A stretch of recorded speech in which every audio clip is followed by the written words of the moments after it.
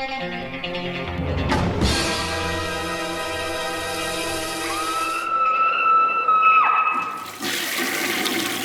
guys, what's up? It is week 111. I guess here we go. Let's hop right into this. First, I want to, address last week I had the interview with Thralls and Metal, and I just want to address, I was setting up for 3 people in an interview. The sound was rough. It was hard to peek out, and I just didn't have the time to sit there and be meticulous with it. I should have done that and put it on this video. I want to apologize for the bad lighting and the bad sound. It wasn't up to snuff, and I want to apologize. When I have interviews or with people, I'm going to try to, bring the production up value up just a little bit. Just fix the sound up a little bit.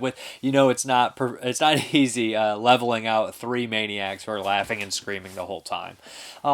Also, I wanted to address that the Pickin' movie is going to go away for a while. I still do have the names for the second bag, but I'm going to put it on a hiatus until September. I just need a break.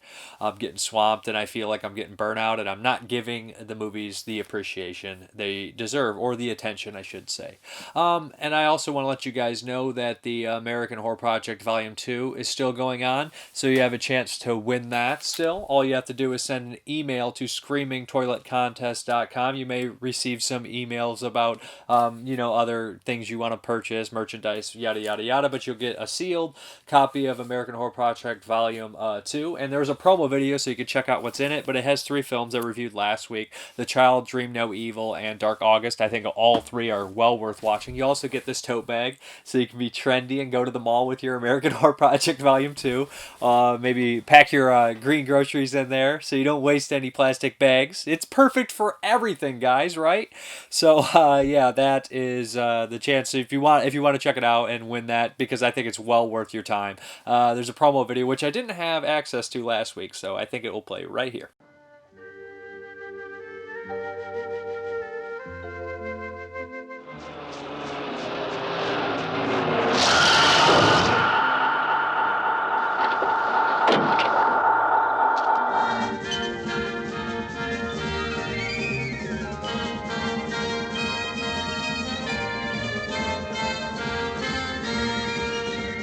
So Bob and I wrote a sillier track, and he put it together, and he made money.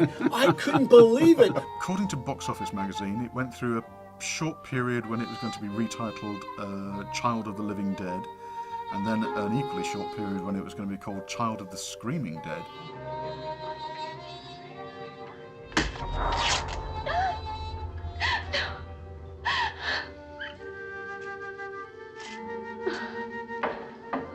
Hayes gained his first feature film experience working on the script for A Cold Wind in August, directed by Alexander Singer in 1960.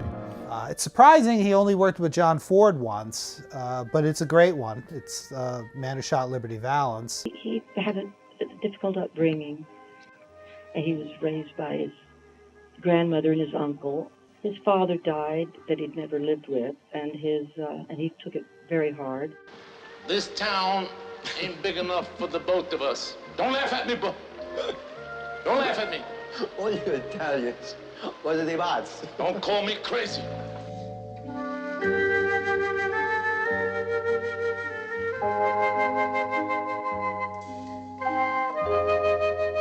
I would say this movement really started with the move that Walter Ungerer made from teaching at Columbia University in New York City and moving up to Vermont.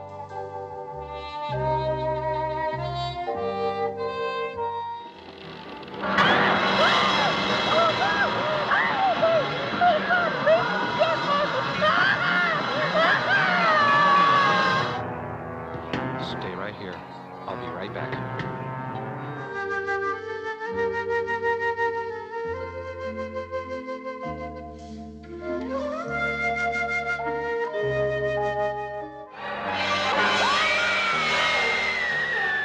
The Child, a terrifying thriller.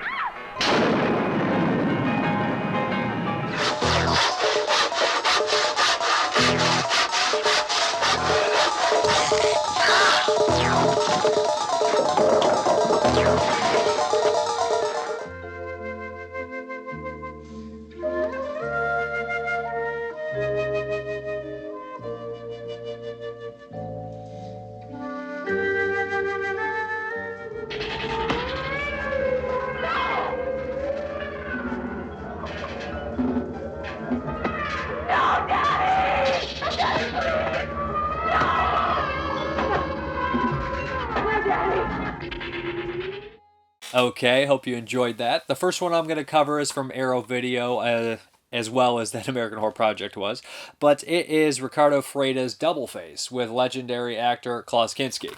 You guys know Klaus Kinski is a freaking madman. He's nuts, yes, and every time I see him, I can't help but think of all the stories I heard, William Malone say on podcasts like the Shockwaves podcast and whatnot, and other things like that. I think he was on the Joe Dante podcast too. But you hear all these stories about Klaus Kinski just being a madman. That still doesn't change the fact that he has a lot of screen presence from everything he's been in, from Venom to for a few dollars more, all sorts of Creature. I've actually not seen Creature. I just hear the stories about Creature, but he's in so many movies. But regardless, this is a giallo of sorts, but it feels more like a police procedural. Klaus Kinski marries this kind of rich businesswoman. She's not really a businesswoman. Her father runs the company, but she owns most of the shares. She dies in a tragic car accident, and of course, this is like that kind of gothic kind of style, so you automatically expect that someone did a murder. So all signs point to the husband. They always do, or somebody close to her. The thing is, Klaus Kinski doesn't really have like a solid relationship with his wife at the time. His wife has a helper, secretary kind of that is always with her, that is a lesbian lover. It's kind of a front, her marriage. She's kind of she's a lesbian, but she kind of used to have relationships with Klaus Kinski, so it makes it complicated. Klaus Kinski also has a secretary that he sleeps with that looks a lot like his wife, which also makes it a little confusing for the audience. Giallos are always like that, so they kind of have these little confusing things. So after his wife dies, we have sleuth Klaus Kinski going around and trying to figure out what happens, and he starts to see this kind of snuff. It seems to be this underground film kind of group where he sees a woman that has the same scar as his wife and this ring that she wears, so he starts to dig deeper in that, and he was led to it. It didn't seem like an accident, so he starts to dig deeper, and we learn this whole kind of underground film society that his wife may not be dead and all sorts of things like that, but there's twists and turns and everything.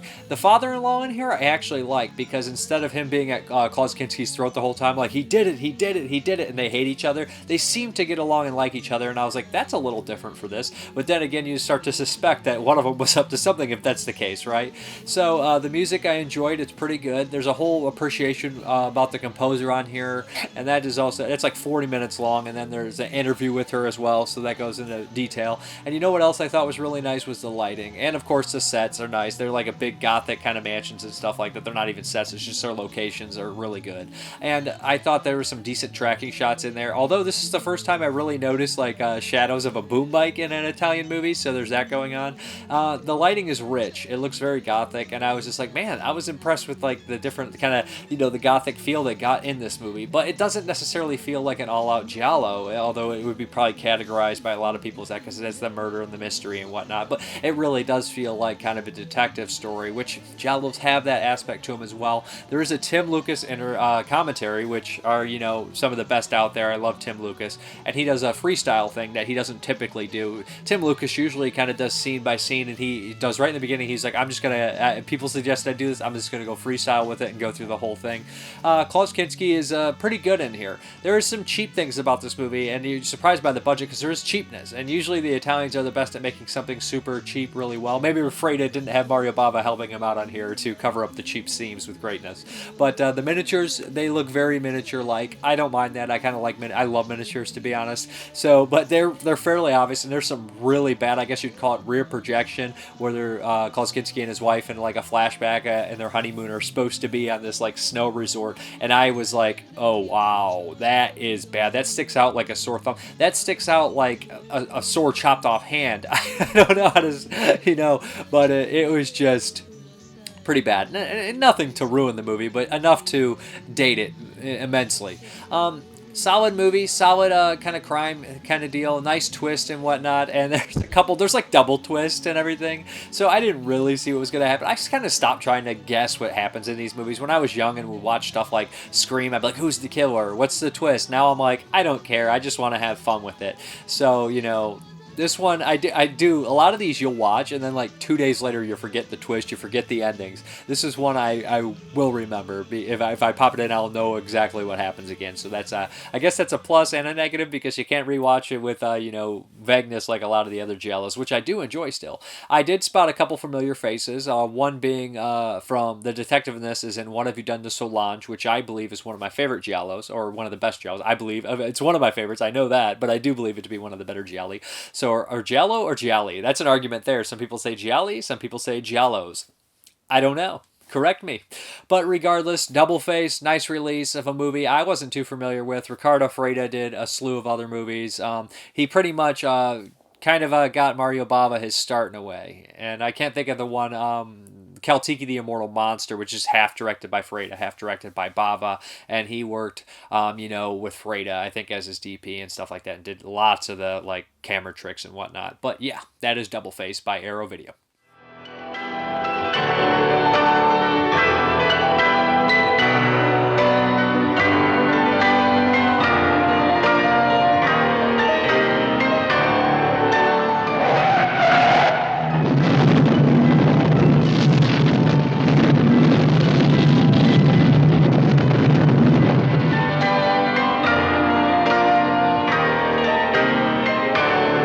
Lured upstairs by the sound of what is meant to be an annoying pop song of the day, but which is in fact an original theme written for this film by its talented composer, Nora Orlandi.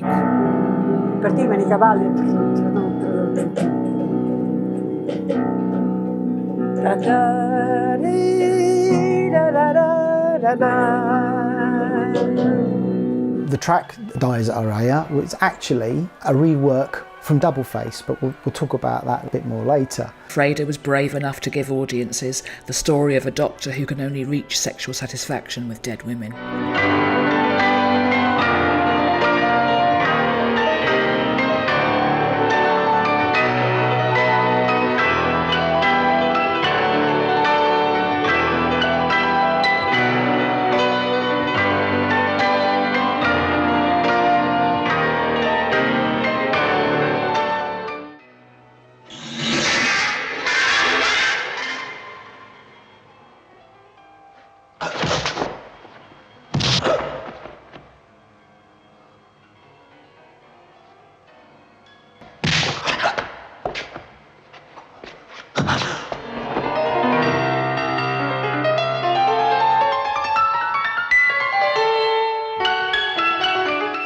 Okay, the next one is a new flick by Wild Eye, and this is High Def. This is actually the sequel to High 8, which I loved, which was like this anthology gimmick where it brings a bunch of classic kind of indie guys together, and they all have to follow these rules and shoot a kind of like a video style kind of deal.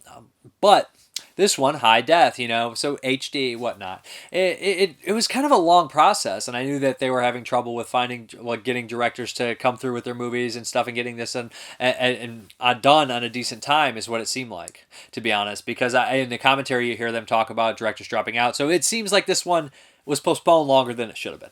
So, because you didn't want to strike right away. Because the first one I really enjoyed and mostly got positive reviews from what I remember. This one has Todd Sheets directing, Tim Ritter, Brad Skies. I think he says his name like it's spelled like that. I've never actually heard it pronounced out loud. I've seen his name in a bunch of stuff. And the director of, Sadomaniac, which is a crazy movie Wild Eye put out. A rape revenge comedy, really gross, great lighting. And the other, Amanda Payton. So that's it. You got 5 different films and a wraparound. The wraparound on a lot of these are terrible, especially when you don't have them all coming from the same filmmaker. I don't think I've ever seen an anthology that really worked if it wasn't the same group of filmmakers 100%. So I don't care for the wraparound. It's shot in LA, and you could tell that it was like, we got to hurry up. Like guerrilla filmmaking is what it really looked like. So minimal coverage is, and I'm not going to hate on a movie for that, because that sounds like something I would try to do. So more power to them. The 5 stories are as follows. Let's see if I can remember that. I always have a problem when I cover anthologies, going off the top of my head, if I can remember all 5 stories. The first story, I forget already. Okay, the 5 stories in here, I remember like 2 of them. I'll go through my favorites first. There's one actually directed by Amanda Payton, which is a simple story of DVD returned to a video store. What's on it? It's twisted, and that's kind of a little spooky, and it has a nice little twist at the end. This, you know what's coming at the end, but the crazy video they watch is a little twisted. It's straightforward, and the acting's decent in it. I didn't mind that one at all. Then there's another one on here, which was probably my favorite, by Brad Skies. He also did the wraparound. And this one is about an actress trying to audition, and she forgets her medication. You know where it's going. She starts to have these casting directors that are absolutely awful. The whole staff is terrible to her, and she starts to kind of lose her grip on reality, and her anger kind of rises to the top. This one is probably the best acted of the bunch. The lady who plays the actress auditioning, she's really good. And some of the sound dips in and out. You can hear some bad sound here and there. I think this one's probably the strongest of the bunch. Tim Ritter's follows the story of... It's got a very interesting concept, to be honest. The concept in this one follows the idea that people are obsessed with true crime, and they're buying these relics from serial killers and selling it. We follow this criminal who steals to buy these kind of serial killer, I guess, relics. I don't want to call them relics. I guess they're not antiques. They're trash. But so it's kind of making a statement on people obsessed with this true crime culture, and people who are, that make a living. I mean, Ritter's explored these kind of things in like the Truth or Dare sequel, Wicked Games, where he goes into like how people are like making money off the serial killers and stuff like that, and off other people's misery with the Cannibal Holocaust thing. How would you like it if people made money off your misery? So this kind of is in his, his ballpark, and I was kind of interested. I was like, this has got to be Ritter's. But unfortunately, the concept is good, and but besides that, I did not care for it at all. I thought, not to point out people, because I know that low-budget films, and in films in general, it's not really polite to point out somebody's acting directly, but I thought the acting in this was just absolutely dreadful. I thought it was bottom-of-the-barrel acting, and I thought the dialogue was fairly poor as well. That's just what I'm going to leave it at. I thought that a good concept was kind of ruined by really poor acting, and that's all I'm going to say with that. So that one was probably one of the weaker ones, if not the weakest. The first one in here, I'm going completely out of order, was by the director of Sodomaniac, Anthony. It's Italian name, so I'm not going to bother saying it because I'll mispronounce it. But I enjoyed his previous effort, his film. I really like that one. Surprisingly, it's dirty and raunchy and rape revenge movie, and the bad guys get what they deserve. So I like that kind of stuff. This one had kind of the same lighting scheme, which I appreciated. He has like these blues and reds, and it looks good. This idea was kind of a typical kind of ghost haunted like kind of area, and some of it I liked. The whole, it's definitely like an A for effort, but the execution wasn't perfect for me. I thought that the dialogue seemed a little, when I guess I'll say, I don't want to spoil it, but the antagonist of the room kind of starts speaking. It's almost like, come on guys, that's a little too like edgelord cheesy, and I don't even know exactly what an edgelord is, but that's what it feels like it would be, to be honest, like teen angsty, but kind of dark at the same time. I like the idea as well, and the execution's okay. I kind of middle on this one. The last one is Todd Sheets, and this one, it follows the story of an artist who's he's being kind of like this muse telling him to paint these certain things, and he needs blood and certain things to mix with this. This mixes some monster stuff, and it keeps talking about the old gods. It's trying to be Lovecraftian. I appreciate the concept again. I didn't love the execution on this one. I thought that, again, it just kind of got to that, like, with that line when you can go like dark and satanic, and it can just come across really stupid and silly sometimes instead of being dark and satanic. And to me, it was just like, oh, when the priest comes in, and I was just like, I thought these were old gods. How's that like Catholicism involved? And I just don't know. And I love Todd Sheets. He's like the world's nicest guy ever. And I bought quite a bit of his movies and watched some of them over the years. So, House of Forbidden Secrets is cool stuff. And the other one that was more recent as well, Dreaming Neon Purple, or Purple Neon. I always mispronounce and mix those words up. I appreciate those movies. This one, I thought that he went for it at the end, and there's some gnarly stuff, full frontal nudity, which I didn't expect to see, and some gore, but it just didn't really work for me. I just think this one's a little bit, it's a letdown from the first, big time, because I really loved the first. I remember digging the hell out of it. I don't want to be too hard on it, because it's a very low budget movie, and there's just a couple of the shorts in here that just really just kind of pushed me the wrong way, and none of the other ones were enough to elevate them as a whole. So there's a commentary on here, 2 different commentaries, a making of on there. So I would say that the one worth watching is the audition one for sure. And if you want to see some kind of gnarly stuff, the video store one's cool too. It's some gnarly stuff. Check out Todd Sheet's stuff. And Tim Ritter's concept is good. I just maybe he can explore that in a feature length and dive deeper into that, because I always liked how he played with that in Wicked Games quite a bit. I think it was that Screaming for Sanity 2 or 3, one of the Truth or Dare movies. I can't remember which. It's been a while, but I do like his idea. He always has those same concepts popping up, like infidelity or people making money off a crime and other people's misery. So I do appreciate the low-budget filmmakers, and I am familiar with a lot of their work, but sometimes not everything works for me, and this one as a whole doesn't really work for me.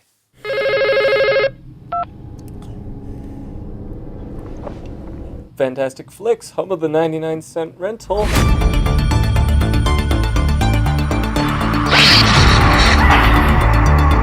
That was sick, Jordan. Really sick. Why do you like this stuff? Come on, relax. It's only a movie. Late for the camera.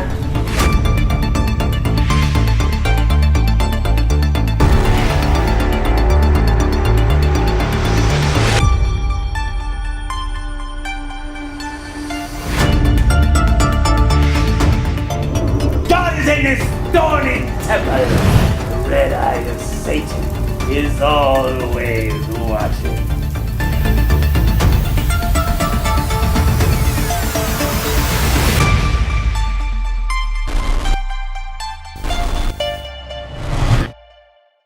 Okay, the next one is a double feature by Mill Creek. This has got to be part of the 90s. I love the 90s. 90s comedy double feature. Mo Money and High School High. This is kind of funny that I'm going to talk about these movies, because one of them I was familiar with, a spoof, High School High, and the other one, Mo Money, I hadn't seen. I had heard about it for years. Let's start with High School High, because I believe I have more to say about that. Okay, this is a parody, kind of farce, making fun of I don't know what even makes fun of those school movies where the teacher goes to a school and has to make it better. It's over the top completely. John Lovitz comes from a rich family, kind of like a Billy Madison family, and he is offered this administrative job, but he says, screw that, I'm going to teach, because it's John Lovitz, and I love to teach people. So John Lovitz, love John Lovitz, by the way, to be honest. He was one of his era when he was in SNL, when he was in Wedding Singer. He's really funny. I love him. Even if the movies are bad, I always appreciate John Lovitz. So I had seen this years ago, and I always thought it was kind of funny. I got to get into the cast on this one, to be honest. This is really what sets this movie. It made me my jaw drop. It's a spoof, in a similar vein of Airplane or Naked Gun. Of course, not as clever as Airplane or Naked Gun, but not many spoofs are.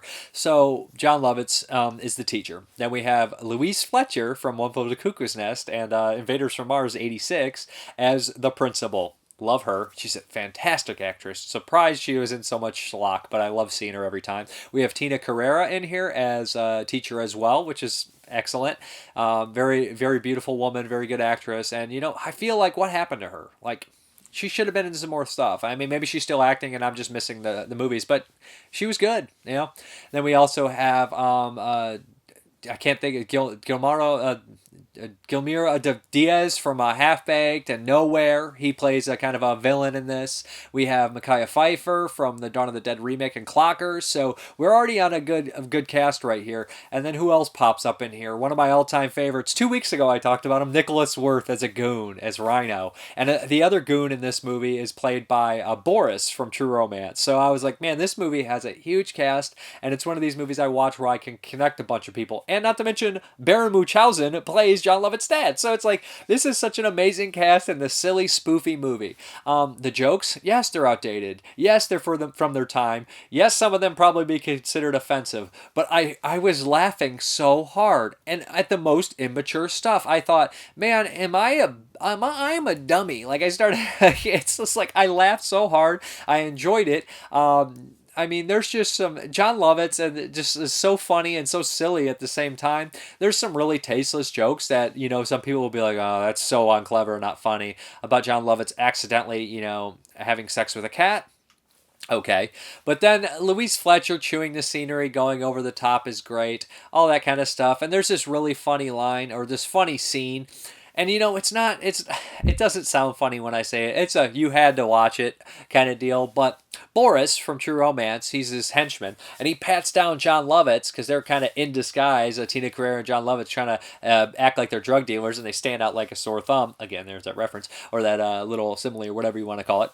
So basically, Boris pats him down. He's like, "Do you work out?" And then he keeps patting him down throughout the entire thing, and he's like, and he's obviously enjoying it. And he keeps cutting to him every time John Lovitz says something about it, or somebody says something. He's like, and it's just so stupid. And Diaz says some line like, "I think we should kill him and do whatever we want with their bodies." And again, it cuts back to him. And he's like, And it's just like, oh geez. It's so silly. And it seems like it cost quite a bit of money. So it's just one of these school parody movies. But, I don't want to say it really makes fun of anything, but there's so many movies out there like that. What was the one with the Renaissance Man with Danny DeVito, or Class of '84, The Substitute, or there's a bunch of these, Stand and Deliver, where a teacher has to go into an inner city school. So it's playing on that, and its jokes are dated. Maybe somebody who didn't grow up during the '90s wouldn't get these, but the cast is amazing for what it is, and it's a lot of fun watching it, to see a lot of these familiar faces pop up. I really like it. I don't know if I can vouch for it for anybody else. I don't know if anybody's going to be like, "No, Dave, that was a good win." But I think it's funny, and it's so subjective what people find funny. And, I did see it at a time when I was young that was, nostalgia a little bit too. But High School High, it looks good, I guess. It sounds pretty decent, and it has subtitles. So, yeah, it's one of the Mill Creek double feature, not very expensive. I think the movie's damn funny.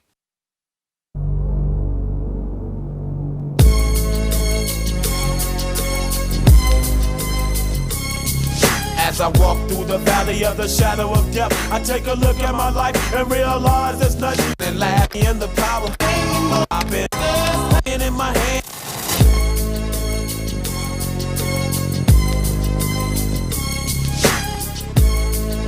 Somewhere out there's a kid crying, "Show me a consonant.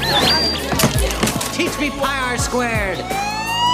Minds like thirsty little sponges, just waiting to soak up knowledge.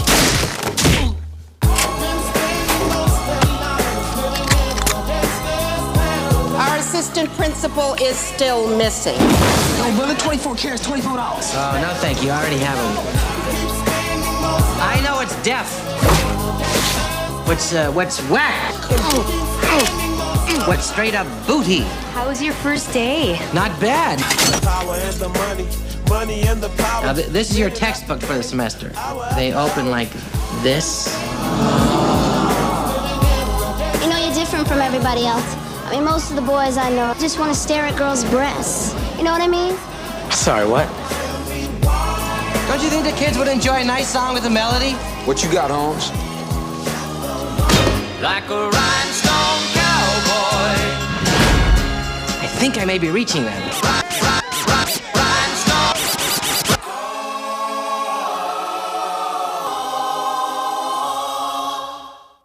Okay, Mo Money. This one, again, I can't remember. This one was made in the earlier 90s, a little earlier than High School High. It stars Damon Wayans and Marlon Wayans. It's got to be an early appearance for Marlon Wayans. I like the Wayans brothers. I think they were very talented. Damon, was obviously the biggest one, and as far as a movie career goes and starring in these roles. But Mo Money, this is one that passed me by, and there's like a lot of these like kind of 90s like movies that have like this kind of comedy action kind of deal, like Nothing to Lose or Money Talks.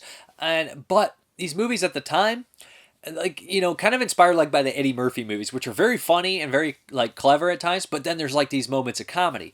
And Damon Wayans is kind of a scammer. His dad was a kind of a very good cop, and Marlon Wayans and Damon Wayans played brothers. Their dad was a very good cop, so there's always this detective sticking up for him and kind of pulling some strings to get them off when they do something wrong. But they're scammers. They pull tricks on people to get money here and there. So he works at a place because he's hitting on this girl, and he starts to get involved with this credit card scheme. The guy who runs the credit card scheme is John Dahl. He's in a bunch of stuff. Stripes, hey. But he is really intense in this movie and a horrible villain. Also, who works there, if you guys will recognize, speaking of, I just mentioned Billy Madison, you guys remember Norm Macdonald and his buddy, the two friends of Billy Madison? I can't think of this actor's name. He's in a bunch of stuff. He's not actually in a bunch of stuff. He's very memorable for a few things, I should say. And he's in Billy Madison as one of Billy Madison's flunky friends who you don't really know his name, and he's not much. He's in this, and I was like, yes. I was like, great to see him pop up. And yeah, this movie has these comedy moments, and it's all around kind of like comedic, but then the action scenes are like high stakes action, like kind of brutal action. And there's a couple kills and murders in this movie that are like, right in the beginning, one of this character is murdered, and it kind of ties into like the credit card scheme. And I was just like, that was way too brutal for how silly I think this thing's going to get. So it's like that time back in the day when you could do a comedy, like a buddy movie or action comedy, and have like high stakes, you know, or people are dead and the action's like good. You know, Tango and Cash kind of has that too going on, but this is even more silly because Damon Wayans stops the movie. Marlon Wayans and Damon Wayans will stop the movie to play these outdated stereotypical characters where they go in to try to use the dirty credit cards and stuff, and they have to, you know, put on a front to confuse the teller, so they'll act like homosexuals over the top. And it's like, yeah, this is definitely from the time. A lot of people are not going to find that stuff funny anymore. And it's weird because Damon Wayans plays a mentally handicapped person when he goes into a store and everything like that. It's just so like these outdated kind of 90s tactics and jokes and things like that. But it's a decent movie, decent thriller, has some decent comedy in it, and it feels like you know, very of its time again, both these movies. And this one, I thought that Damon Wayans, you know, he's a likable character for the most part. I thought the action was solid. I thought the bad guy was scary. All around, it comes across fairly decent made movie that you know, back in the day when it would just be a completely average movie for the time. And now I watch them and I'm like, I appreciate these a little bit more. Maybe it's just in context, or maybe I just you know, like movies from back in the day just a little bit more than I do now, so an average movie from then is a little above average now, if that makes any sense. But again, looks okay, sounds alright, and there's subtitles, so that's Mo Money and High School High, Mill Creek. It's cornbread. Open the door. Well, you didn't use the code. The fat man walks slowly. Well, the fat man needs to lose some weight. Columbia Pictures presents Damon Wayans. Hey, what's happening, bro? What are you? And Marlon Wayans. Movies. John, in a comedy about two brothers. Ah, she won! Scamming your way off the streets. Look at my turkey sandwich. He needs lactate. And into... Pay your fare! Pay your fare! The big time. We'd like to see your jewels, please. What jewel exactly is it that you'd like to see, gentlemen? That one. This one? You know, the big one. I like the big. They're on the move. Not one, not two, but three Cartier watches. Dinner at Lou Chow's. Yum yum dim sum. On the make. I wish I had an ice cream. Looked just like you. I'd lick it slow from head to foot. Fresh. On the run. Sorry! Are we having fun? And definitely yes! On the loose. You certainly have personality. This summer. Two first. Which one? I have. Why settle for less? So anyways, how much is something like this? $3,000. I love it. When you can have Mo. I got you a lawyer. Is he good? He's the best lawyer in town. For the money. Mo Money. Your Honor, allow me to fumigate my wisdom on the defendant.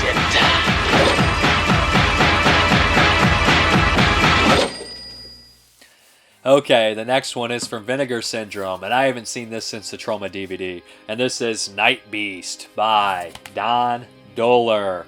Yes, Don Dohler directed other films like Alien Factor, which I reviewed probably a few years ago. Pretty cool, fun movie about escaped zoo alien monsters running amok on Earth. He also did Blood Massacre, which I have seen years ago, and I remember being pretty crazy. He did Galaxy Invader and Fiend. Those last two I haven't seen. But this is my second watch with Nightbeast, which is a completely ridiculous movie. Okay. You know, this, I remember Elric Kane recently was talking about this on Shockwaves, that he kind of seen it because the Nicolas Cage was watching it on Mandy. It was on the television. So, you know, Nightbeast. Don Dohler was a regional filmmaker, made low-budget movies. Only those 5 movies he directed, and he was kind of the same kind of cast. He was from Baltimore, so he definitely has that regional flavor to him, and his movies feel all like 50s movies for the most part, made in the late 70s, early 80s, so they have that quality going for them too. I do like that mixture, like things like Night of the Creeps has that, or I would say the Blob remake, or I want to say Killer Clowns, but Killer Clowns is like so spoofy and parody at times that it feels like it, but it's a little different too. I just like that mixture of those kind of 50s with 80s style mixture. Blue Monkey, that could be considered one, I guess. So, Nightbeast. Don Dohler liked to make those kind of old movies. He didn't want to incorporate the blood and the nudity and stuff, but from distributors, he added that in there. So, Nightbeast is a little gorier than Alien Factor for sure. So the plot is very simple, very, very simple until it's not simple. So an alien crash lands on Earth. He looks like this giant kind of, his eyes don't move, his face don't move. No problem with that for me. I love that kind of stuff. And he looks kind of like a big kind of turd in a way. Similar to the creature in the Willies that crawls out of the... He kills the people in the bathroom. He's similar to that, except he has a gun too, but he's big and gnarly and he's got a gun, so he starts to run amok. He starts vaporizing people. Within the first 25 minutes of this movie, there's 14 dead bodies. Some are gory, he vaporizes. And I was like, wow, this, I don't remember being this good. The first act of this movie is amazing. It's vastly entertaining. It's super fast-paced. The sheriff and all the people are trying to stop him. Also, the sheriff underacts completely on how everybody in this movie underacts how horrifying this situation is. They're like, yeah, it's just some sort of creature. We got to kill it. We got to tell the mayor about it. And then they're all like, nobody calls the state. They expect the mayor to do it and everything like that. It's just like, no, call for state help immediately. It's an alien spacecraft. Call NASA. Call the government. Call everybody. So, but still they're like, well, I guess we didn't call anybody, and it's just like, come on. The acting, it's amateurish. It's not great. Some's better than others. And after the creatures, running amok a little bit, we're introduced like George Stover's in this. He's in a slew of stuff, all Don Dohler's movie and a bunch of other stuff, kind of a cult little genre actor. So after a while, there's like this subplot with this kind of mean-spirited biker. He's a baddie. He comes straight out of like, the 50s movies. He's like, don't give me the breeze, man. He's on a bike, and you're just like, what's this guy doing?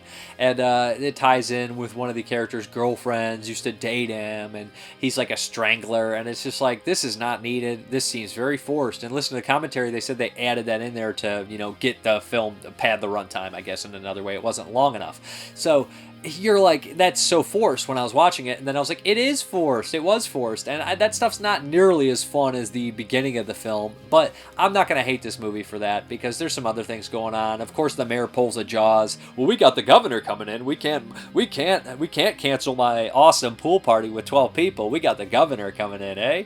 I want to get reelected. And the actual guy who plays the mayor is, he was a horror host, Gore Duvall, and right when they said that in the commentary, I was like, oh, he goes to Wasteland. I think I've seen that guy before, or I've seen pictures of him everywhere, so that was fun. I didn't realize that right off the top of my head either. And so listening to the commentary actually helped, and they talk about how Nightbeast was actually getting made before this, a Nightbeast, and it kind of failed, and they only used some of the same shots because it was a different director, and it just didn't work out. So that stuff's all interesting. The movie itself is fun. It is low budget. There are some moments, like lapses of logic, where it's like, you got to get out of here, to his girlfriend. And she's like, okay, I'll be out in 5 minutes. And instead of waiting for her to get out, make sure she makes it, even though there's a creep roaming around, they just leave, and then she gets killed. And you're just like... And there's the scenes with nudity are like so forced in there. Like, they might as well have been a shower scene and just cut to the movie, and it's just like a 10-minute shower scene, like looking right at the camera, because they're just like in there like, we gotta have boobs, man. The documentary made about Don Dohler was what, boobs, blood and beast or something like that. So he was well aware of this. He passed in 2005, I think. So his stuff is all archival included on this. And there is a commentary with him and George Stover. So he seems like a really cool guy. Somebody that just wanted to make films. There is a bunch of interviews with people on here: cinematographer, actor, archival stuff. So that's really nice. They talk about J.J. Abrams working on this movie or being involved with it, which is really crazy to think too. I enjoy it. It's fun. It's a B movie through and through. It's a regional horror movie through and through. Very low budget. Good stuff though, man. If you like this kind of stuff, I would say it's like, I don't want to say it's as good like as Deadly Spawn, because that's one of my all-time favorites, but it does have a certain feeling of Deadly Spawn, even though I think Deadly Spawn is better at everything. But I do think this one's well worth checking out. It looks really good. It sounds really good. The score in this movie, I love the score. Like, and listening, going through all the special features, kept playing the score, and I was like, I dig this score quite a bit, actually. And it's somehow sci-fi, but also a little emotional. It's a nice release, and it has that cool slipcover. Everybody seems to go crazy about slipcovers, man. More important than the movie now. But yeah, Nightbeast. I check it out, but it's me. I love this stuff. I live for monsters. I live for monsters. I want a shirt that says that. And that could probably be misconstrued, right? But anyways, Nightbeast. See it. It's fun.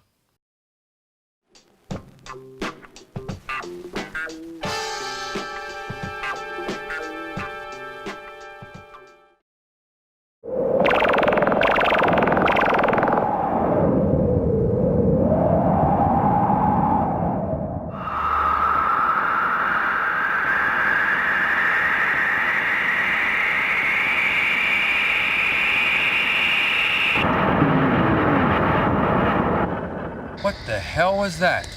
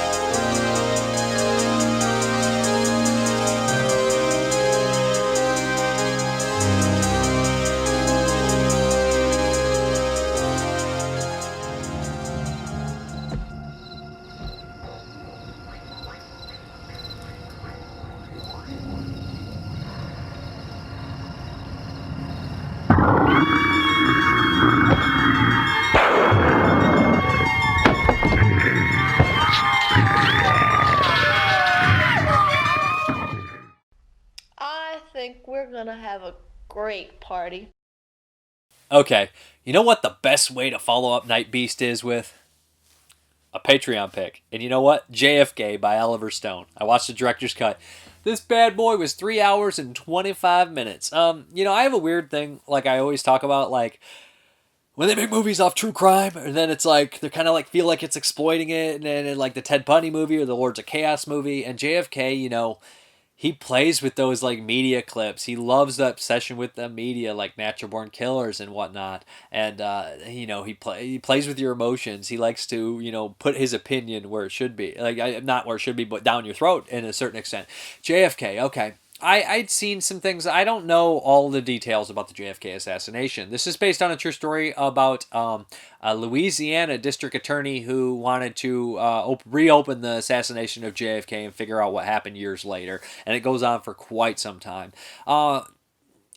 This has probably one of the best cast ever assembled on screen, to be honest. The lead is Kevin Costner, and everybody has Louisiana accents, and he's really good in this one. Oh geez, I completely blanked to who. Sissy Spacek is his wife. Come on, and then you got Michael Rooker as part of his team. You got Laurie Metcalf as part of his team, Wayne Knight, and then you have these appearances by people like Jack Lemmon, Ed Asher, Walter Matthau, John Candy, Joe Pesci, Tommy Lee Jones, Kevin Bacon. It's just probably the best cast ever assembled. Gary Oldman. I just was sitting there and the people kept popping in and I was like, oh wow. And I should be talking about the plot of the movie right now, but this is the thing that fascinated me most is, and he gives these actors roles that they don't normally get. Joe Pesci, he plays always angry or kind of comedic angry. And this one, he is very angry and kind of scary, but he has this moment where he breaks down and he goes through and he does this whole speech where it's like, it's an enigma and a riddle. Nobody even, and he goes nuts. And it's just like, he has this heartfelt moment where he gets teary-eyed. And I was just like, that was a truly great performance from Joe Pesci, and it was truly a delight to see him get to do something like that. Because I love Joe Pesci, and I love the roles he plays, but it was also like, yes, like he has a little bit of that in Man on Fire with Scott Glenn when he's playing the guitar and he loses it, and you see like a little bit deeper into the character, and here you get to dive into this character, although he's not a good person, but you're just like, that is very interesting. Tommy Lee Jones plays this very strange character, a villain really, and the way he waves with the one finger, and it's just like, That's not something I've ever seen Tommy Lee Jones do, and I was very impressed with the performance. And to speak of this, I'm just going on and on about these performances. Jack Lemmon was so tremendous as well, and how he knew that what he should be saying and everything, because this whole movie is a conspiracy about the assassination of JFK. We all know that you know, like all those details and conspiracy theories, and I am not a conspiracy theorist. Most of the time I hear conspiracies, I'm like, come on now, okay, I just don't believe them. I just have I just roll my eyes. Sometimes they're fun to hear, but a lot of the times I'm just like, yep. So anytime somebody like comes in with like a conspiracy, I'm like, oh, okay, all right, yeah. But so also, before I get onto the whole plot of the movie, I want to talk about John Candy. Again, another role that I don't think John Candy would get to play very often, and I loved his performance. So Rooker also, man, I love Rooker. But this movie, like the conspiracy theory and everything like that, his editing, like the story unfolds in a way that I don't know how much of this is true or what they have discovered since this. But I legitimately was like, yes, this happened. This is how it went down. Kevin Costner's right. I was on his side, and I do believe there was some sort of conspiracy. And it's just like, get it without getting into details and stuff like that. Like, I literally am like, yes, like I was intrigued. He got me to believe what he wanted me to believe, or at least he wanted to open the people's eyes to this. And that's what comes into, like I said, about the whole basing a movie off a true incident to put asses in seats feels exploitative. But in this one, I felt like in a way it was a way to teach, even if it is false, in a way to open people's eyes to look into the case itself as what Kevin Costner wanted to do to the American people at the time. I think it's a way to open people's eyes to not even just blindly believe it, to look into it. And that's why I was very intrigued with it. And the flashbacks and everything they do in this, like I just was very, and at the end there's a courtroom scene, and I was just so captivated and so sucked in, and I saw all these, you know, Oliver Stone-isms with the editing, and how a very Natural Born Killers editing where to be flashes with the black and white, and at the end they just, it does work for shock value what they keep showing you, the assassination of JFK in the courtroom. And it's just an excellent movie, and it does the story where a man is losing himself and losing, you know, everybody around him because of his obsession with something. But I can't imagine it wasn't like that. Oh, Donald Sutherland's also in it. How could I forget Donald Sutherland? There's a bunch of Frank Whaley. Just the cat. It's on. You know, you can't list everybody in this movie because everybody's in this movie. Prute Taylor. So, it's just kind of scary at the same time when you start to dig deeper and people are just ending up dead here and there. But great movie. I thought that everything about it was excellent. I think it's perfect. I thought that I'm a performance guy. I love performances of people and actors. So when I get to see people do things I didn't get to see them do before, and they knock it out of the park, and it has all these different actors interacting, I just love it. I love it. So I was really blown away also by, you know, the presentation of how it got me hooked into it. Because like I said, I'm not a big conspiracy theorist, but I did get hooked on with the movie, Interview with Assassin too, which has kind of involved this and that kind of stuff. So Chris Rivers gave me this on Patreon, and I don't think he's given me a bad movie yet, and I'm glad I watched this. I'm glad somebody gave it to me, because it's one of these movies I know it's going to be good. I know it has, you know, an importance to it, but it's just 3.5 hours long, and you got so much to watch that it's not going to be the first on your plate to watch. So I really like this one quite a bit, and I know it's kind of weird to hear me talk about JFK, but yeah, I would love to watch it again and dive in deeper. But so many memorable characters and actors in this movie, and the flashes and everything. Everything was just great about it. Loved it.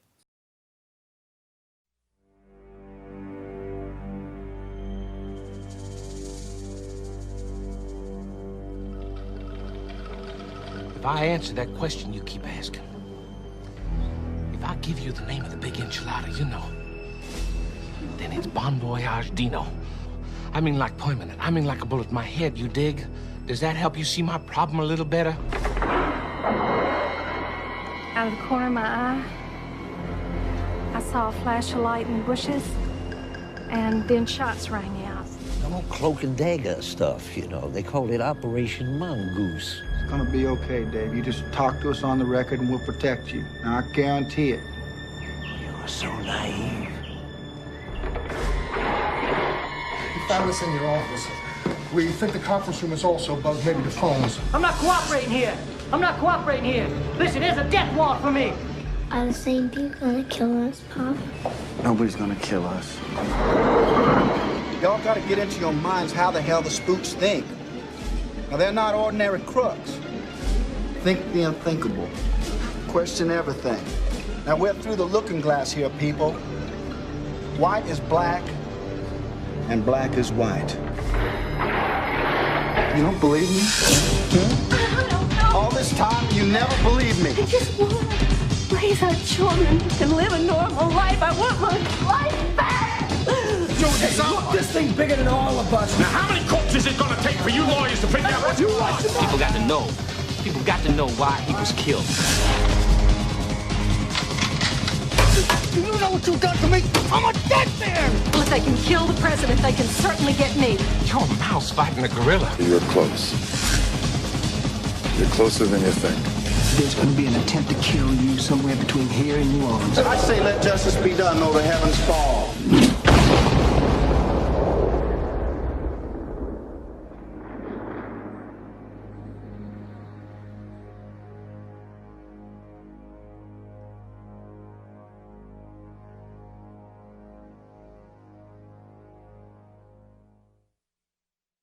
Okay, the next is another Patreon pick, and this is Owning Mahowny. Yes, this stars Philip Seymour Hoffman and John Hurt. I've never heard about this movie in my life until I got this as a Patreon pick. And I was like, oh, okay, it's got Philip Seymour Hoffman, John Hurt, sounds interesting enough. Gambling addiction, takes place in the 80s. I believe it's based on a true story as well. So we had that. Philip Seymour Hoffman, great actor, and every time I think about him, he wasn't one of my favorites. Everything I saw him in, he was good, but every time I think of him, and I'm like, I can't believe that guy's dead. Like it's just like I can't believe he's dead. Same with James Gandolfini. I'm like, I can't believe they're dead. Like I know they should still be alive. They were excellent actors, and they should still be out there making movies. And every time I think, it's just a shame. It's a big shame. Now saying that, he is an intolerable character in this for me.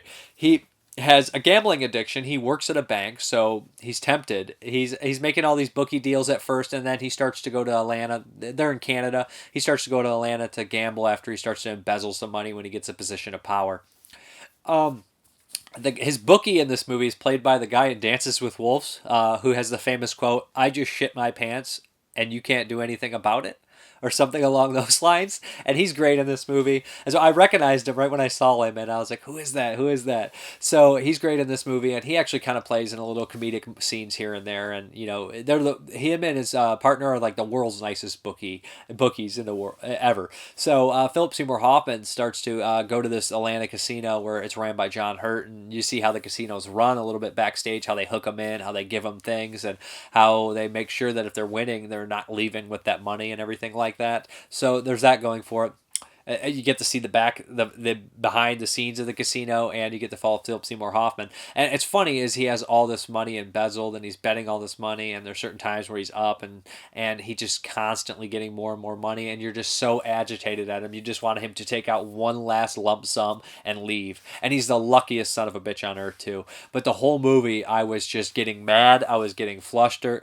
I was like, oh no. I was on the edge of my seat because I was waiting for something awful to happen, and I just wanted it to end. I didn't want this, you know what I mean? Like, you hate him for doing it, but at the same time, you just want him to lose right away and lose it all, or win a bunch of money and get the hell out of there. But, you know, with that addiction, it keeps happening. And there's a point where he, like, steps outside his body and sees himself gambling and stuff like that.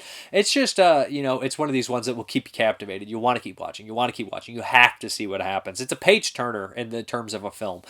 Great performances. John Hurt is a prick in it, but yeah, he's pretty good in it as well. Philip Seymour Hoffman steals the show. It's funny that, you know, he has millions of dollars on him at all times, but he still drives an old beat up car. Reminds me of myself. I drive a 98 Blazer, you know, because I buy all this stuff. I'm like, I don't need a car. I just need it to get me to work so I can buy more of this, you know, and pay for my house, that kind of stuff.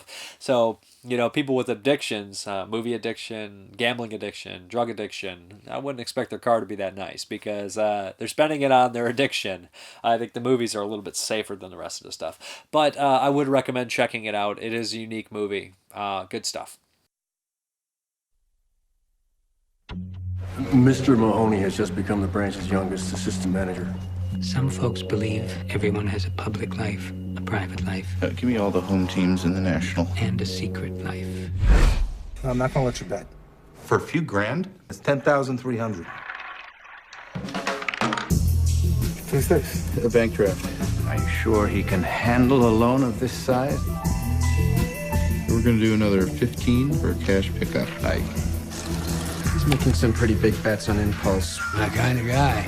He makes $22,000 a year. Where the hell does he get all the money? A higher line of credit would be a lot simpler. Okay. 200,000. Hey, Dan, your cash is here. This is $300,000. $100,000. I just want you to know that my casino is your casino. Hi, Dan. I think there's been a mistake. Mahowny's coming down with 1.4 million. They just got the transfer. You got enough to shut him down? Yeah, maybe. You're saying we could be facing a serious judgment call here? Only if we know what we don't. Detective Murdoch, New Jersey State Police Department. I want to know who chartered that flight and where he's going. Yo, 11 for 11. Hey, just give me a couple more minutes. I'm on a roll here.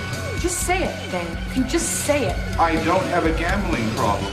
He's bust the table. He never stops.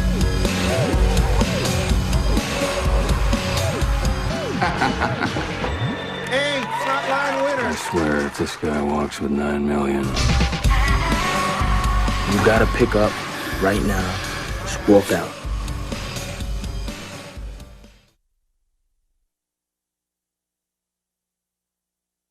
Okay, the next one is The Weekly Western. Let's go.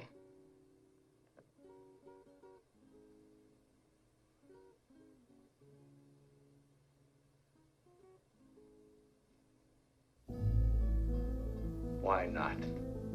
Fill your hand, you son of a bitch! Say when.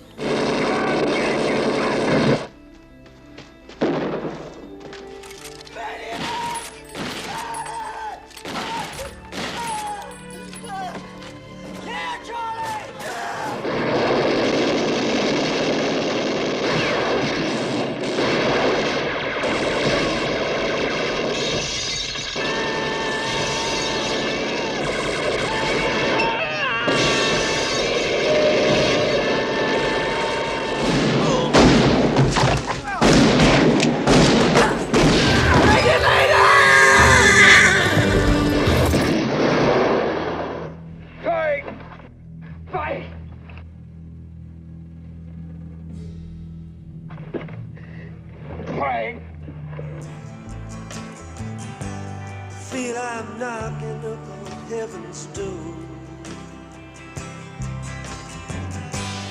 Knock, knock, knocking on heaven's door. Hey, Kitty, you bastard! It's you and I!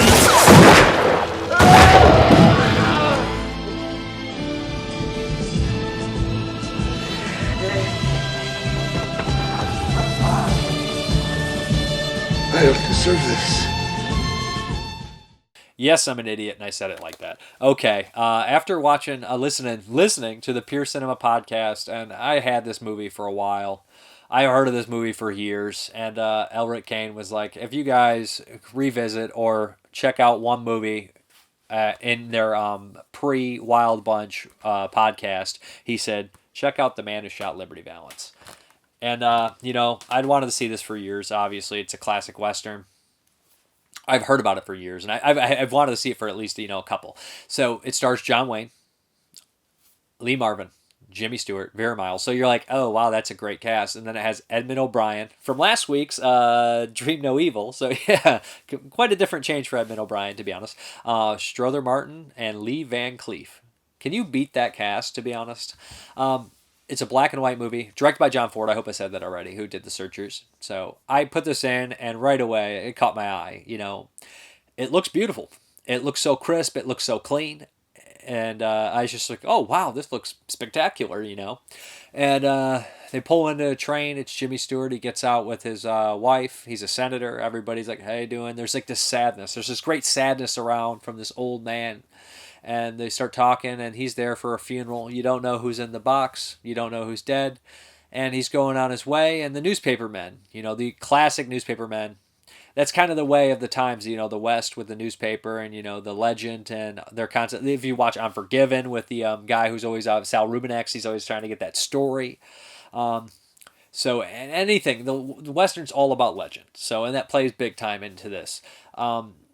So they start to ask Jimmy Stewart what he's doing there. He's a senator. Why is he here? There's no big story for him to come to this small town where he was born and raised. And they start to talk to him, and he admits that he's going to tell. Oh, Woody Strode's also in this. Come on, I can't forget Woody Strode. So he starts telling him that he's going to. Okay, I guess you guys do deserve to hear this story, even though you. So he goes back and he starts to tell this story about how he came to this small town from the East, and he was a teacher and a wannabe lawyer and everything like that. And he was, attacked by Lee Marvin and his gang, who includes Strother Martin and Lee Van Cleef. And he decided to stand up against them. And, he's kind of like loves Vera Miles, who works in the kitchen where he works. They run this kitchen, and John Wayne is kind of like the local hero or the local, stud, or just the guy that's destined to be with Vera Miles, and they have this relationship. So Jimmy Stewart and John Wayne have this strange relationship where there seems to be some sort of mutual respect, and at first John Wayne's kind of like, yeah, whatever on this guy. He's good to him to a certain extent, but he also kind of looks down on him like, you're just a tenderfoot, you're just a softie. And Jimmy Stewart refuses. He has this trouble with Lee Marvin because of the robbery, and Jimmy Stewart is somebody that wants to follow the law and get everybody to stand up for themselves and do the right thing no matter what. While John Wayne will only do something unless it's directly involved with him, if that makes sense. So you have that difference between the two characters where it's, John Wayne can do anything, but Jimmy Stewart's willing to do anything. So that's really interesting. And you have Vera Miles in the middle, and they're both kind of fighting for her. But it's like, everybody knows that John Wayne's destined to be with her. So this complicates things. Lee Marvin is a monster in this movie, and his gang is really... Strother Martin's just laughing insanely the whole time. He's just such a goofy, perfect kind of character like that. You know what I mean? He's obviously popped up in stuff like Peckinpah Wild Bunch and Ballad of Cable Ho. Just a unique character actor that can never be replaced. So...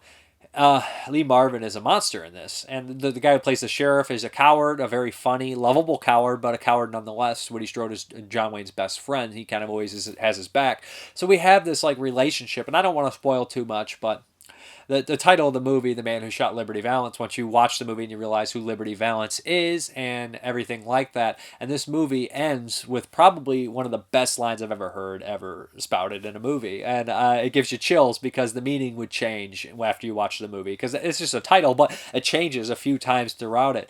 But John Carradine also makes a great appearance in here as well. So you can't beat that cast, can you?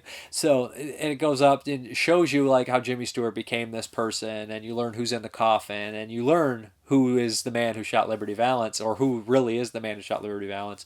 It looks gorgeous. It's spectacularly acted, filled with movie stars and character actors that are beloved. Edmund O'Brien is the newspaper man, and he's tremendous in this movie too. He's a drunk. Love him in this. He looked completely different than he did in Dream No Evil, which was just a few years later, a decade later, if that, and it just looks like he aged 20 years. But top-notch acting, top-notch script, top-notch story. It plays into the things of the West are talking about. It was different before the railroad came, and the newspaper legend and all that kind of stuff I love. And doing the right thing in the face of danger. I just think it's great. It's a great movie. It's a great film. Anybody that doesn't think that, I don't know what to tell you. I just thought it was spectacular, and I want to thank the guys at Pure Cinema Podcast for bringing it up again, because I was going to watch it eventually, but that was that push. That was that little push. Maybe it would have been 5 years, maybe it would have 10 years. Maybe I would have get in a car accident tomorrow, and I will be dead, so I will never watch it. But thank you. If you don't listen to Pure Cinema Podcast, you should. It's a really great podcast with Brian Sauer and Elric Kane, two great, really nice guys that love cinema, probably more than anything besides their families, I guess. So, yeah, Man Who Shot Liberty Valance, love it. Great stuff.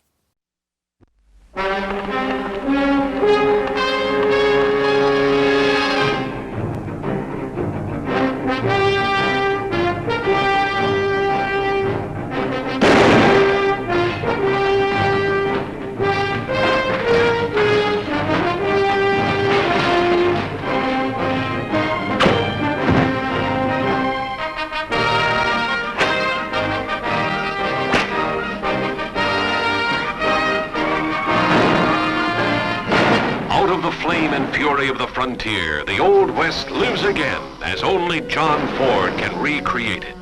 People with wonderful characters who have become legend in their own time.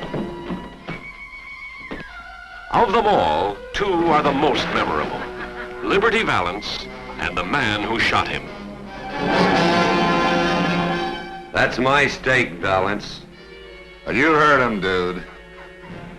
Pick it up. I said you, Liberty. You pick it up. And the man who shot him was justifiably destined to become a hero. Yet, strangely enough, only one of these people could be sure he knew the identity of the man who shot Liberty Valance. Now you stay out of this, Donovan. He's been hiding behind your gun long enough. You got a choice, dishwasher. Either you get out of town, or tonight you be out in that street alone.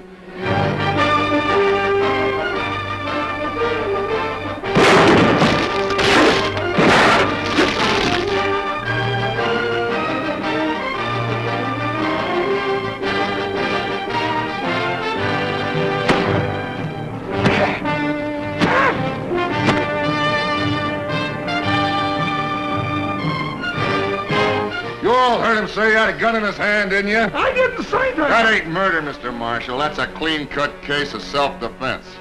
Now get out of my way.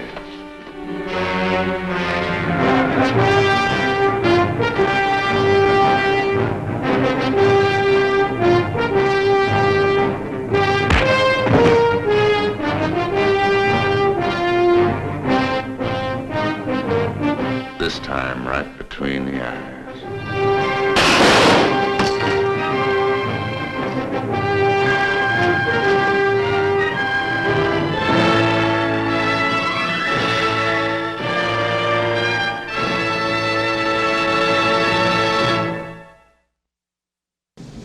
Deserves got nothing to do with it.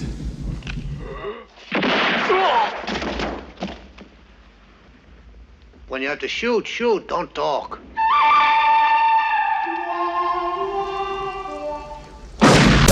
Hammer time. For all who are willing to pay the price, we invite you to go through the mirror of life.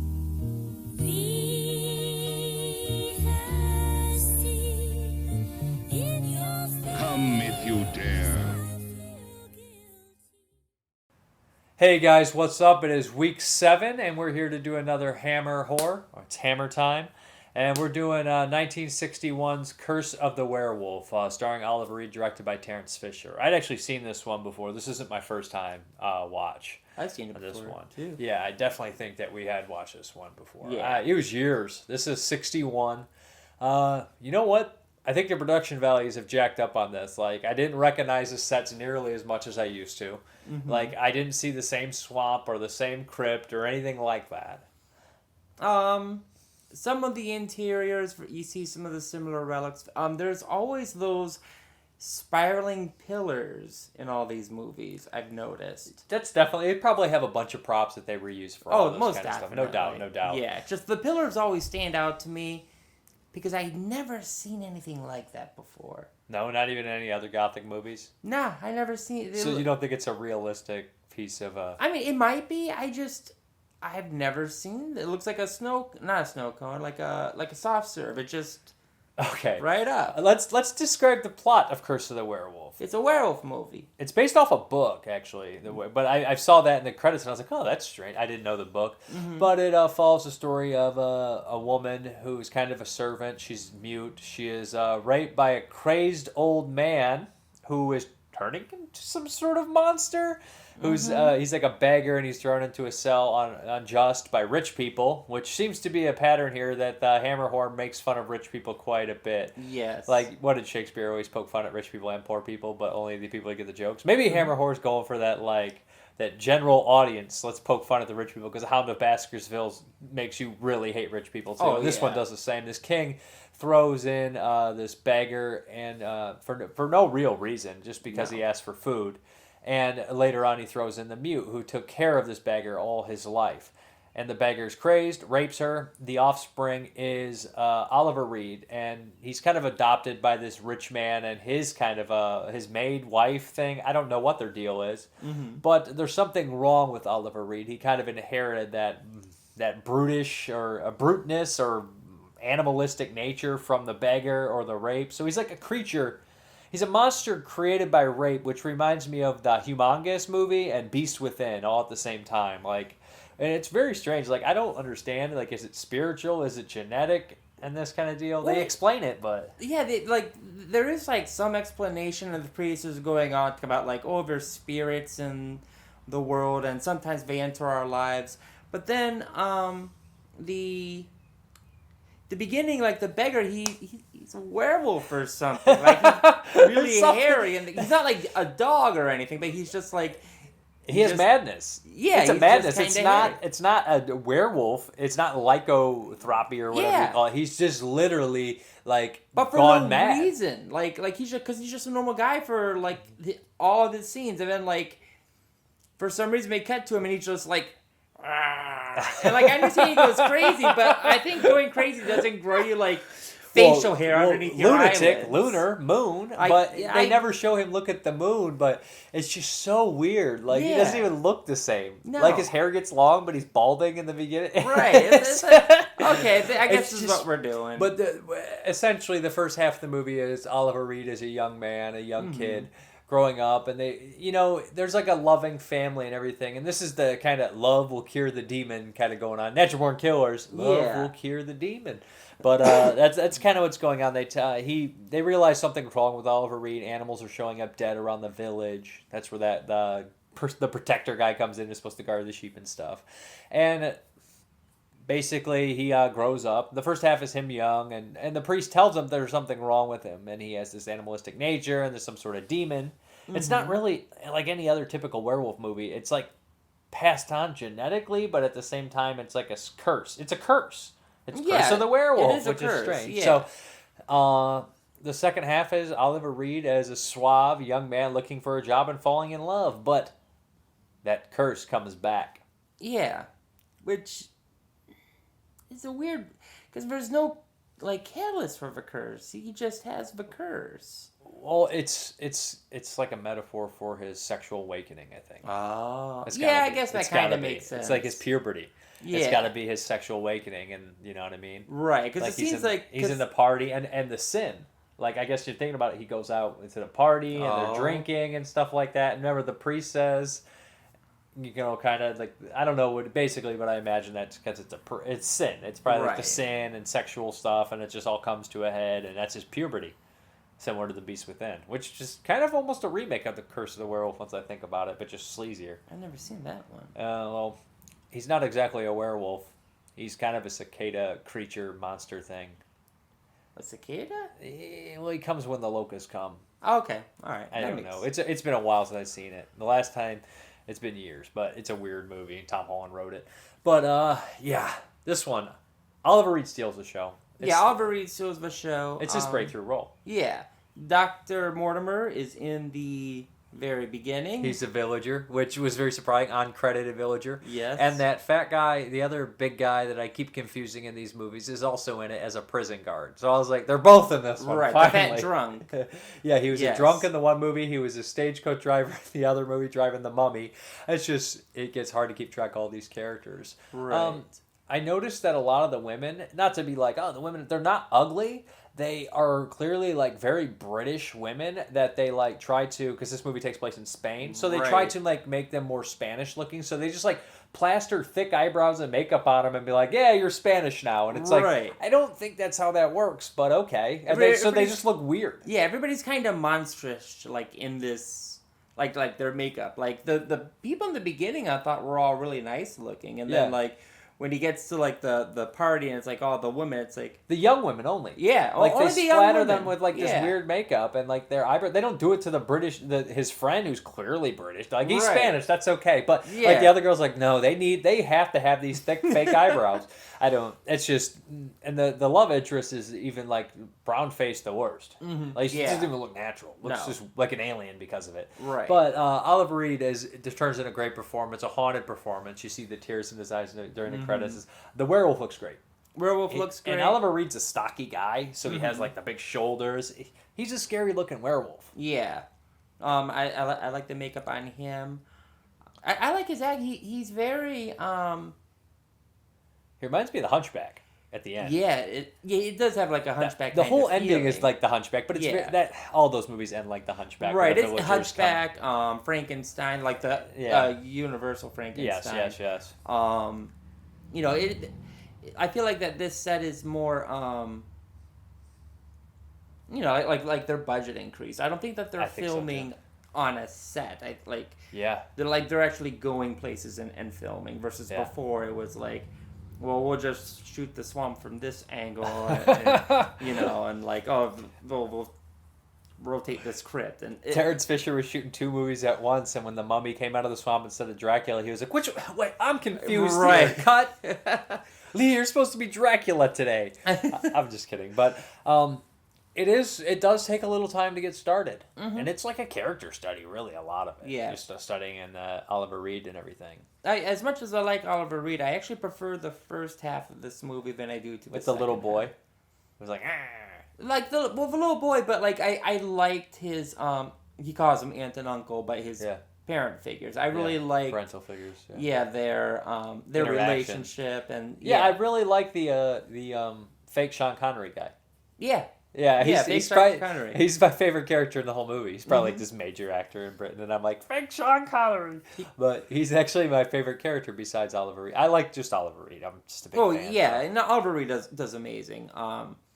You know, I don't know. I like the initial setup. The Oliver Reed parts, as much as like Oliver Reed, I feel like it. You know, it's like 2 nights. He's like, we'll sleep here, and then I'll wake up, and I'm a werewolf now.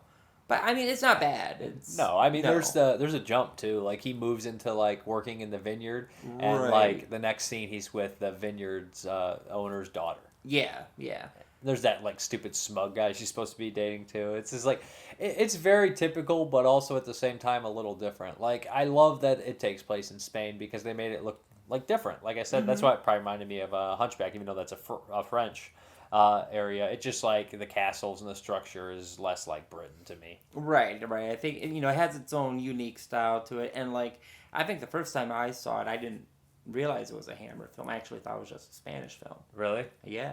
Wow. No, the Spanish werewolf movies have Paul Naschy in them. Okay, there we go. We got to watch a bunch of those. Next year, it's Naschy year. Year of the Nash. Did you have enough movies for a year? I bet, yeah. Oh. We're not doing that. No, that's a solo venture. I like this one. I know you don't like it as much as me. And you want to do the books? We can do the books. All right, I'll do Terror on Tour. I keep calling it Terror on Tour. It's Terror on Tape. Terror on Tour is like a bad rock and roll horror movie. I don't know why I keep saying it. What is Tour? The movie Terror on Tour. It's like a band on tour. I've never watched it. It's supposed to infamously bad rock and roll horror movie that I have a bootleg of and never watched. Okay, this is... I'm going to look right at the camera. I'm looking here. This is Curse of the Werewolf. This is Terror on Tape, the book. This is 3.5 out of 4. 3.5 out of 4 stars he gave it.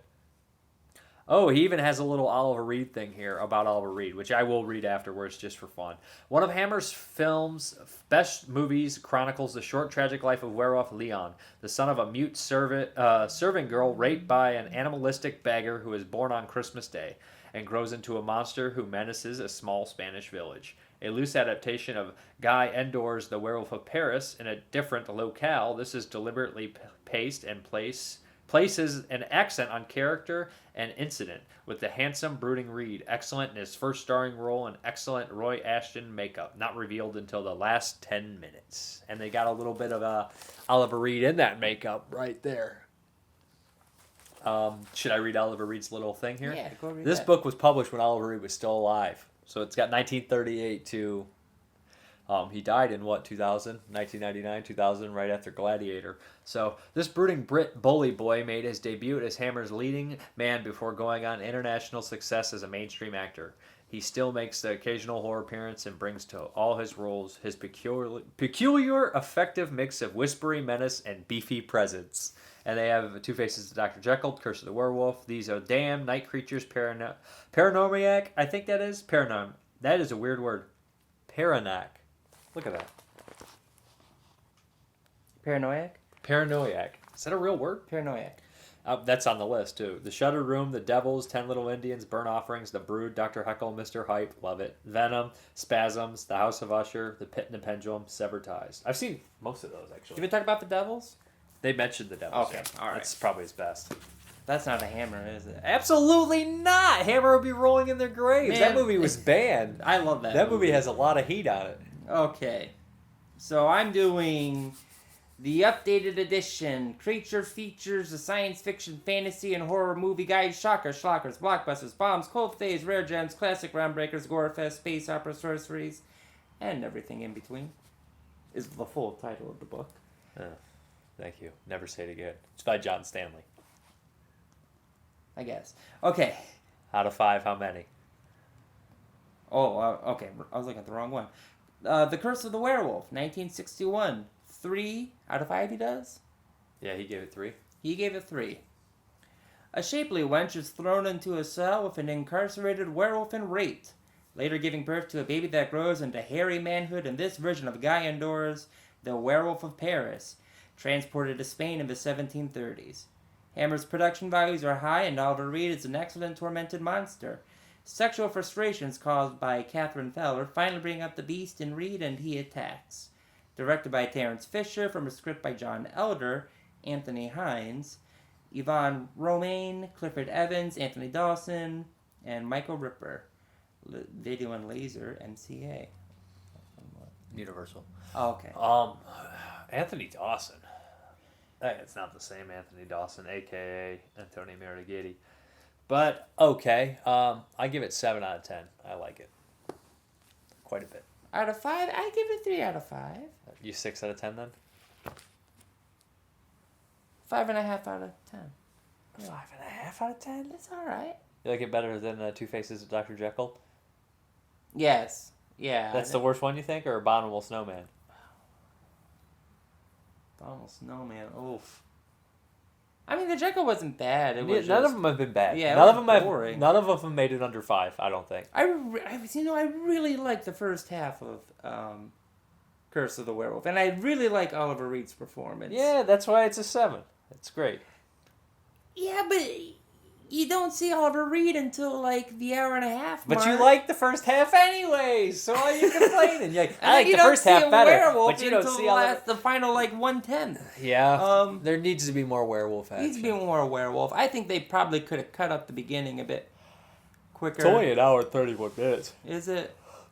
So, I feel like the introduction is, a good 30. I feel like each section is like a 30-minute I do feel that the opening with the whole explanation of how he's it's really long. Yeah, because you have from the like 3 initial parts. town to when she gives birth to the baby. You have 3 times. You have 3 Yeah, you do have 3 timelines. Then you have him as a child and then him as an adult, which I mean, it's good. It's not my favorite, but it's not bad, and I think. I wish there was another werewolf movie. Yeah. I wish there was a damn creature movie, but that would make no sense because the first creature was in 54. They were still making creature movies. Just 50. I don't know when the last creature movie was there, but still, they're not going to be the rights to the creature. Well, the creature is Universal's creation, yeah. isn't And that's it? 54 was the first one, so it's like he was still strong. Yeah, like they can come like. They can do Swamp werewolves. Thing. They can do mummies. They can do Dracula and Frankenstein or Public Domain. Phantom, all that stuff. So. What about like Fishmonger or like? They have one called The Reptile, which I'm interested in seeing. That's coming up. Is that one coming up? Yeah, they got not till like 1970. They got all sorts of weird ones coming up. They got Rasputin the Mad Monk, the Reptile, the Gorgon. When do we get to do? The Gorgon would be fun. Yeah. I can talk a lot about Gorgons. I think the Gorgon or the Phantom of the Opera is coming up next. I was gonna say because I'm excited for the Phantom because I've seen that one before too, and I think I love Herbert Lom. I love Herbert Lom. Isn't the girl that's the love interest in this? Is she Christine Dye in the Phantom? We'll have to see. I don't know. It's hard. I am guilty of not being able to keep track of like the lesser actresses from Hammer. Yeah, so the actresses I think are hard to tell because but like Brick Eklund and like Ingrid Pitt, like they stand out. Right. Like, the big British actresses stand out to me, but some of the lessers I'm just having trouble. Well, and I think it's because they like. But I'm having trouble with some of the guys too. I don't remember their names. I just remember Lee and Cushing because Right. they overshadow everybody so much. Well, yeah, I don't know Mortimer's name. Like No, Mortimer I think is it's the Wolf. Something Wolf. Something Wolf. He's the we call him Mortimer because that's what he was, his character name in the Sherlock. Yeah. Hounds. I think that one's in the top 3. That was Quatermass, a really good one. I really like it. So that Quatermass 2 and was there another one I really liked?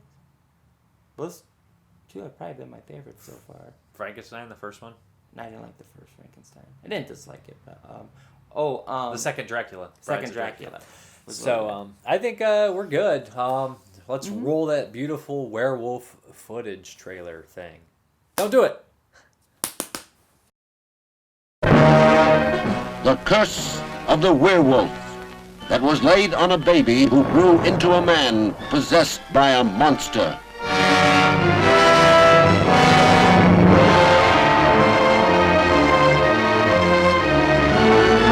To this Spanish town, the night brought drinking and dancing, music and girls, and the moon. The full moon that turned an innocent man into a savage beast. The curse of the werewolf, a man possessed by a desperate need for love, who found in Christina all the passionate sincerity of youth. Christina, do you love me? Will you marry me, Christina? You say you love me, will you marry me? Yes. Yes, I will.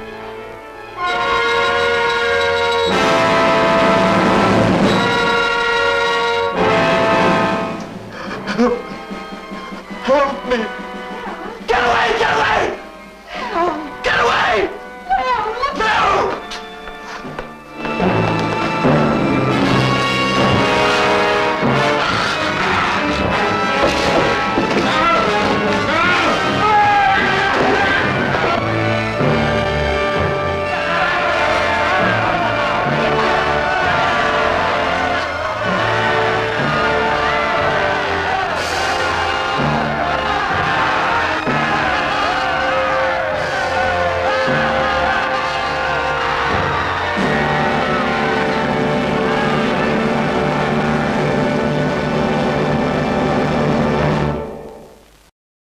Okay, I guess we're going to hop into the questions here.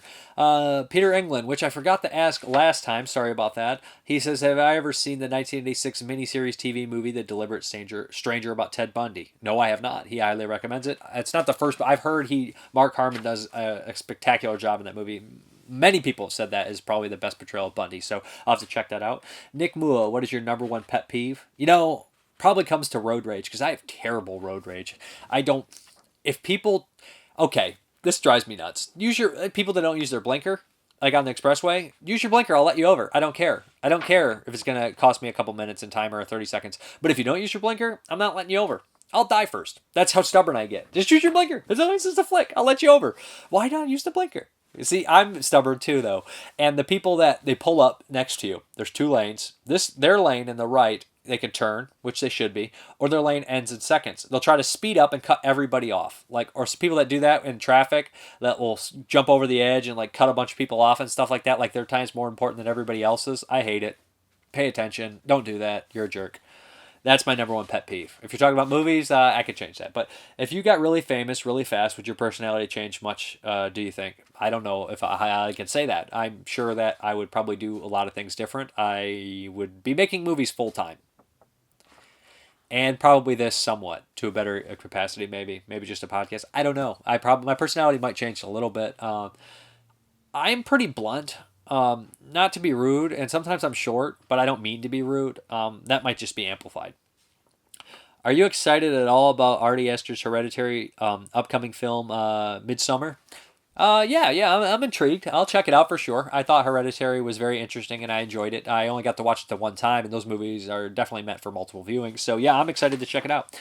And what else we got? Tempo Tapas, did either of the week's Hammer films feature the classic swamp set? I don't think so, actually. I think we were swamp free this time, and I think this week was swamp free too. So maybe the swamp's going away. They made me a liar after that. Answers. Peter England. I forgot to say his heavy metal movie like 2 weeks ago. Demons. Nick Mua. I really like a lot of horror coming out. I asked what your favorite regional horror film was. I really like a lot of the horror coming out of Scotland in recent years. They might not have the budget, but man, are their movies effective and haunting. Laurie Brewster's Lords of Tears is just one such movie, The Stuff of Nightmares. I actually saw Lords of Tears a while ago, and I don't remember much about it. I saw like the first pressing. I thought it was pretty creepy, actually. I saw it when it came out, and I bought the other movies, and I donated to the new Kickstarter, and I haven't watched On Kindness of Ravens or the other one, and then the new one's coming out. It should be shipped soon. So yeah, I'm looking forward to checking all those out. Bumpus Hounds, favorite regional horror flick? The Pit. They eat meat. I know. Love it. Tempo Tapas, as for last week's question, I second the idea of a series on Vinegar Syndrome or made-for-TV movies. I also think a year of noir or westerns would be exciting. That was a weaker, older kind of question from last week or the week before, whatever, guys. But I said, what do you guys want me to do for after the Hammer Horror's over? Question of the week. I just want to know what your last perfect movie you saw was. What was the last 5 out of 5 or 10 out of 10 you saw? It could be old, it could be new, it could be now. It doesn't matter, okay? Just let me know what the last 10 out of 10 or 5 out of 5 movie you saw was, okay? We're going to hop into the update. All right, guys and gals, let's hop into this update. Let's start with this one. I got this because Castle in the Sky.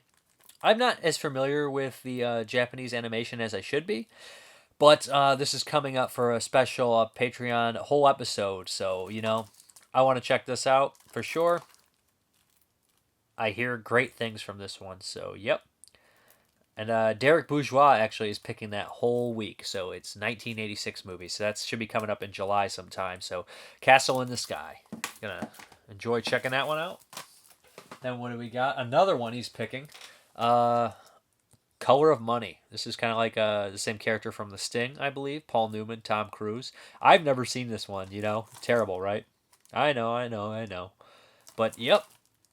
Excited to check that one out as well. And then we got, something that you guys would expect me to get. Final Stab by David Dakota from Massacre Video. I've not seen this. Looks like a late 90s, early 2000s slasher. I bought it because it's Massacre Video. I'm not sure how I'll feel about it, to be honest. And then we have the Mafu Cage from Scorpion Films, Lee Grant, Carol Kane. Yeah, Scorpion Films has been killing it lately. I got this from Ronin Flicks. Yeah, I'm interested in checking this out. I know Jeremy Freeman from the 22 Shots of Moods and Horror enjoys this movie. Good stuff. Yep. I never did get a chance to buy the DVD, so... Then we got some from the Kino sale, The Last Seduction. This is, I heard, like a modern film noir, and they talked about this in the little noir documentary I saw. So yeah, they talked about a couple of this guy's movies. So I'm kind of interested in checking it out. Mid-90s stuff, 94. Looks good. Then we have another one from the Kino sale, The Coast Guard. This is a Tartan Blu-ray DVD. This one kind of sounds strange. I believe it's a North Korean horror film. But yeah. Looks like a psychological war horror thing. Not horror, but war is horror, so you know what I mean. This one, Mauvais Sang. I wish I would have looked up how to say that before I made a fool of myself, but too late, guys. Yeah, this is by the director. What did this other director do? I can't remember. He did Holy Motors, which I haven't seen, but this one looked pretty interesting, to be honest. It sounded strange. I don't know how the science works of it. It said something about anybody who has sex with somebody who isn't in love gets a weird STD, so it just sounds insane to me. Almost as insane and off the wall as something like The Carrier. That plot of that movie. Wow. And we have Army of Crime, and this sounds really good to me. They say The Real Inglorious Bastards, so think what that's about. I guess it's based on a true story about a bunch of people that stand up to the Nazi regime, a bunch of people from different parts of the world, different walks of life, different parts of the world. I mean, that same area, but different countries, so sounds good to me. Sounds like it might be pretty intense. Then we have, what is this one? The Orchard and Murder. You know, I had my eyes on this one for a while. This is a Redemption Blu-ray. It's not a very long movie, but it sounds pretty interesting. What's it say? It was made originally for like a double feature with something else, so yeah.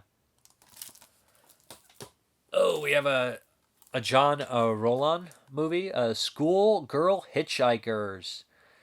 I have a bunch of his movies. This is one of the last ones I needed on Blu-ray, so yeah, I grabbed it during the sale. This one I think is more of an exploitation movie, less of a horror movie. Nothing wrong with exploitation. that's got to be a funny sentence, right? Space Raiders. This looks fun. I love space operas. I'm probably the only person in the world that likes Battle Beyond the Stars better than the Star Wars movie. I shouldn't say that. It may not be true, but I like it. This looks fun. I don't know if it's very good. It looks cool, though. What else do we got? Of course, we had to get City on Fire. Looks like a disaster movie. Leslie Nielsen, Henry Fonda, Shelley Winters, Ava Gardner. Yeah, it's going to be good. Leslie Nielsen plays a prick. I love jerk Leslie Nielsen. I love him in Day of the Animals. I love him in Creepshow. I could watch a marathon of just Leslie Nielsen being a jerk to someone. He's not supposed to be funny, but it's just he's such a jerk. He's perfect. Knives of the Avenger. This is a Mario Bava flick. Cameron Mitchell in it. Not seen this one. Grabbed it during the sale. I don't know much about this one, honestly. I just grabbed it because it's a Bava, and Bava can do no wrong, and I need to watch all his movies before I die. Okay, then we have some imports. We have Dream Home. I had seen this. I had American DVD of it. I remember this movie being pretty brutal, actually. I think it got a Cat 3 rating in Hong Kong, which is Cat 3, if anybody knows about that rating system in those movies, yeah, you know what you're in for. Then we have Peeping Tom, which I've never actually seen. I know. Everybody says it's one of the greatest horror movies ever made, and I believe them. That's why I bought the Blu-ray, and I have a DVD of it as well. So, yeah. Then we got Martyrs. I said that before I grabbed it. But, yeah, this is the UK Blu-ray. I saw this movie once. It blew my mind. It was scary. It was disturbing. It was sad. It was just something that I was like, I don't know if I want to revisit that for a while. So I will eventually. I remember it being the best of the French horror movies, and probably, I don't want to say the best French horror movie in modern time for sure. Then we have Gaspar Noé's Love, which I have not seen, but I grabbed this after loving Climax so much. So yeah. Looks pretty cool. I know that there was no DVD or Blu-ray in the States, so shame on United States of America. Then we got the Arrow import of Climax. Yes, I love this movie. I thought it was excellent. It was crazy. It was intense. I love the dance scenes. I didn't think I would like it that much, but yeah, had to have it. And then, of course, we have one DVD. This is a strange one. This is the collector's edition of Shade St. John, the Triggers compilation. This is something that somebody picked on Patreon for next month, and it just looks super bizarre. I don't know much about it. I just don't know what I'm in for, to be honest, and I'm a little scared. Okay, I guess we're going to hop back to the video. Okay, guys, thank you very much for watching. As always, you guys have a good one.